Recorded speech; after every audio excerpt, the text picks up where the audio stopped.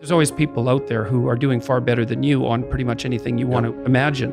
And if all you're doing is seeing yourself in their reflected light, let's say, then it's going to be pretty damn dismal. But it's not a good comparison because, well, first of all, there's danger in just comparing yourself to others, period, because they're not you. And God only knows what struggles they had to undertake to get to where they were, or what burdens they're currently carrying that you're not aware of.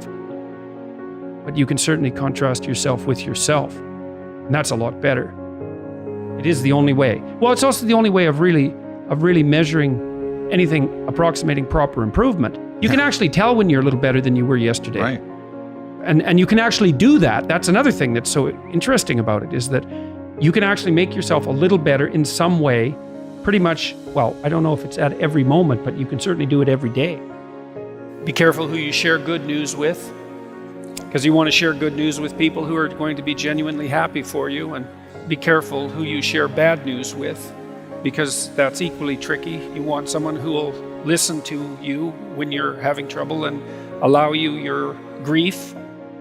Beauty calls people to their higher being, I would say, and to make friends with beauty is to introduce yourself very carefully to one of the mysteries of life that make it worth living. There's never been a better time for the majority of people to be alive.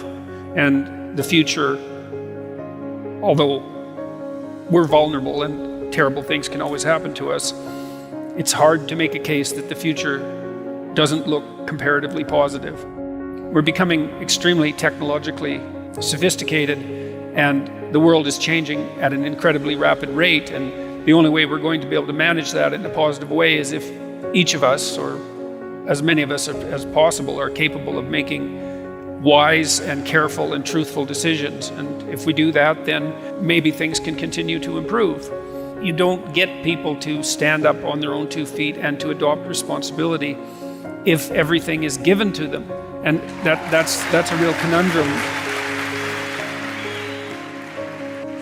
You know, maybe you're in California, see someone speeding down the road in a convertible Porsche, and you think, oh man, what a lucky bastard. And the truth of the matter is that he's thinking about wrapping his expensive sports car around the next cement pillar that he comes close to. You know, you can't tell. And people have hard lives, and even people who are comparatively fortunate have hard lives. And